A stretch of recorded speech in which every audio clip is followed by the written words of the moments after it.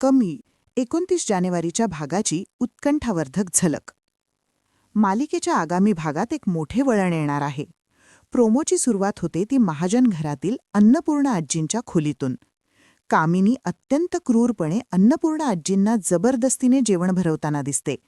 आजींचा विरोध झुगारून कामिनी त्यांच्या तोंडात घास कोंबते आणि डोळ्यात अंगार आणून म्हणते, "अरे उघड म्हटलं ना तोंड तर उघडायचं.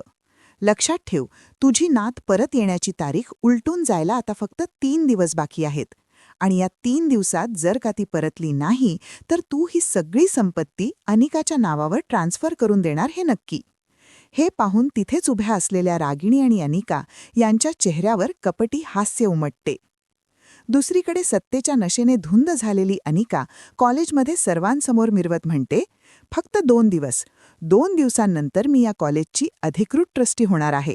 पण तिथेच असलेली कमळी तिला ठामपणे बजावते, "अन्नपूर्णा आजी कॉलेजच्या ट्रस्टी आहेत आणि त्या शेवटपर्यंत तशाच राहतील." त्यावर अनिका उपहासाने हसते आणि म्हणते, "अन्नपूर्णा मॅडम या 2 दिवसांनी या पदावरून आऊट होणार आहेत हे लिहून ठेव." पण कथेला खरा कलाटणी देणारा ट्विस्ट तेव्हा येतो जेव्हा निंगी धावत पळत महाजनांच्या घरी येते. तिचा आनंद गगनात मावेनासा असतो. ती ओरडतच म्हणते, "ओ रागिणी मॅडम, लय आनंदाची बातमी आहे बघा." रागिणी गोंधळून विचारते, "काय झालं?" तेव्हा निंगी सांगते, "अहो आपल्या गौरी काकी सापडल्या." हे ऐकताच कामिनी, रागिणी आणि अनिकाच्या पायाखालची जमीनच सरकते. आवाक झालेली रागिणी विचारते, "व्हॉट? तुला कोणी सांगितलं हे?"